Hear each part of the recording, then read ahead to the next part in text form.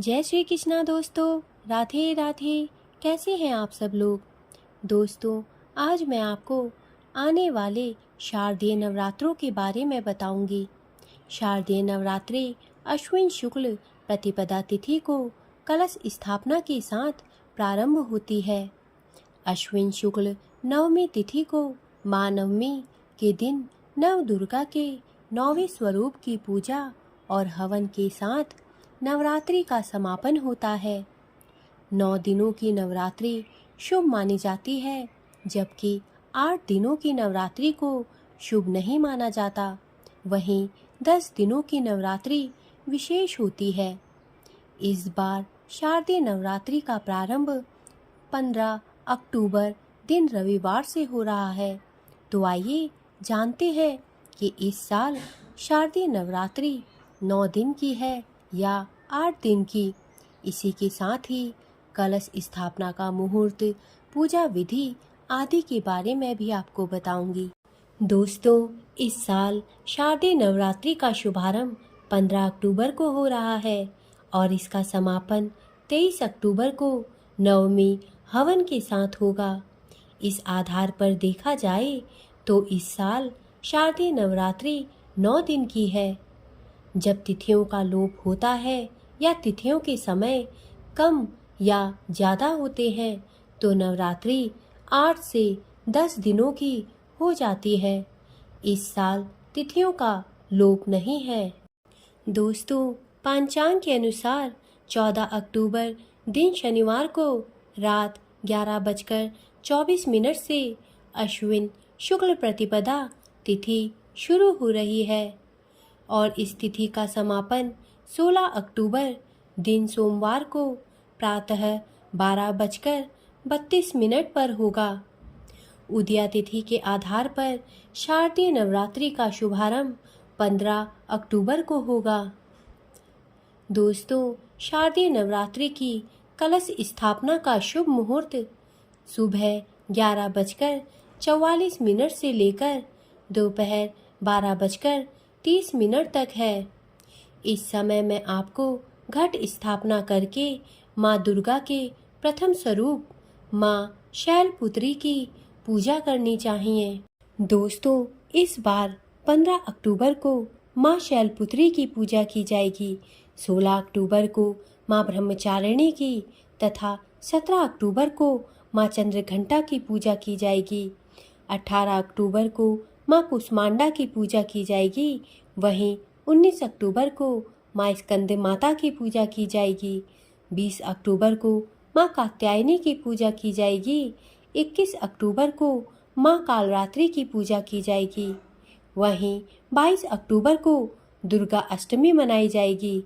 इस दिन माँ महागौरी की पूजा की जाएगी। इसी के साथ ही इस दिन कन्या पूजन भी किया जाएगा। 23 अक्टूबर को महानवमी का दिन है। इस दिन माँ सिद्धिदात्री की पूजा की जाएगी तथा इस दिन नवरात्रि हवन किया जाएगा। वहीं कई लोग नवमी के दिन कन्या पूजन भी करते हैं। दोस्तों, इस साल विजयदशमी 24 अक्टूबर दिन मंगलवार को है। इस दिन दशहरा मनाया जाएगा और नवरात्रि का पारण होगा। दशहरे की शस्त्र पूजा भी 24 अक्टूबर को ही होगी। वहीं इस साल दुर्गा विसर्जन विजयदशमी के दिन नहीं होगा। जो लोग माँ दुर्गा की मूर्तियाँ रखेंगे वे दुर्गा विसर्जन 23 अक्टूबर को महानवमी के दिन या फिर दशहरे के अगले दिन 25 अक्टूबर दिन बुधवार को करेंगे। दोस्तों, कलश स्थापना के लिए कुछ सामग्री की आवश्यकता होगी, जो इस प्रकार है। सप्तधान मतलब 7 तरह के अनाज, मिट्टी का एक बर्तन, मिट्टी, कलश, गंगाजल, आम या अशोक के पत्ते, सुपारी, जटा वाला नारियल, अक्षत, लाल वस्त्र, पुष्प, इन सभी चीज़ों की आवश्यकता कलश स्थापना करने के लिए होगी। दोस्तों, कलश स्थापना की विधि इस प्रकार है।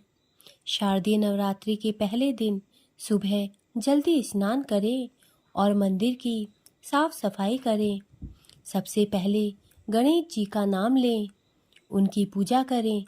इसके बाद माँ दुर्गा के नाम से मंदिर में अखंड ज्योत जलाएं। कलश स्थापना के लिए मिट्टी के बर्तन में मिट्टी डालकर उसमें जौ के बीज बोएं। उसके बाद तांबे के लोटे पर रोली से स्वास्तिक का निशान बनाएं।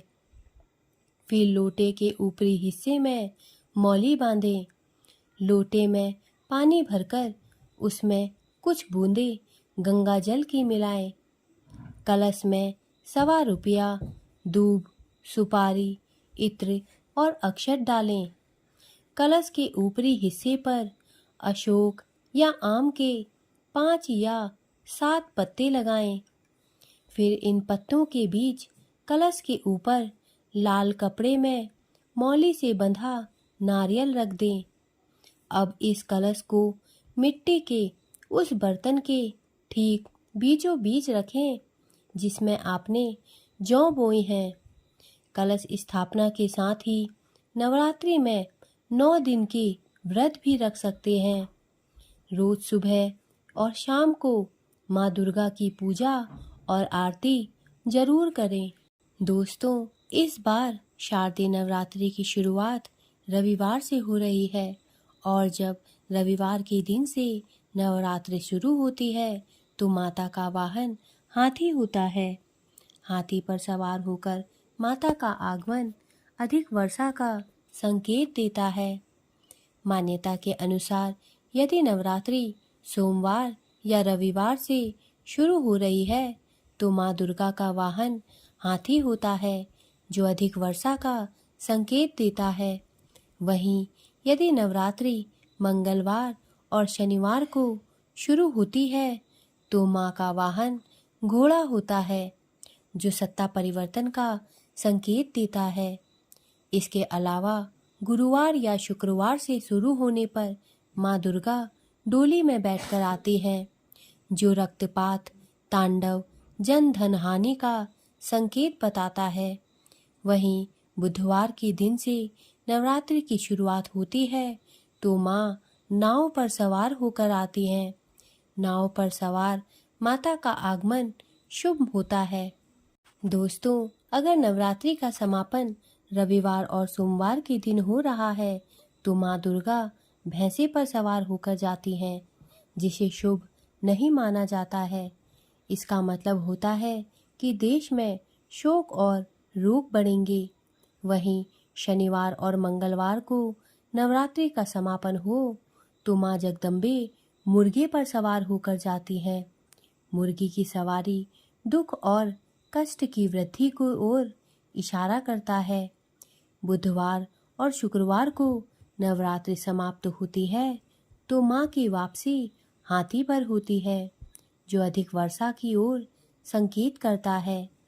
इसके अलावा यदि नवरात्रि का समापन गुरुवार को हो रहा हो तो माँ दुर्गा मनुष्य के ऊपर सवार होकर जाती है जो सुख और शांति की वृद्धि की ओर इशारा करता है।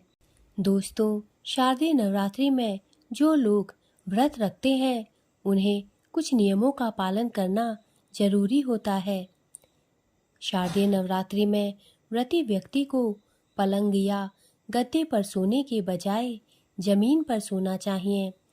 व्रत करने वाले व्यक्ति को झूठ नहीं बोलना चाहिए तथा मन में किसी के लिए पाप नहीं लाना चाहिए। उपवास करने वाले जातक को ब्रह्मचर्य का पालन करना चाहिए।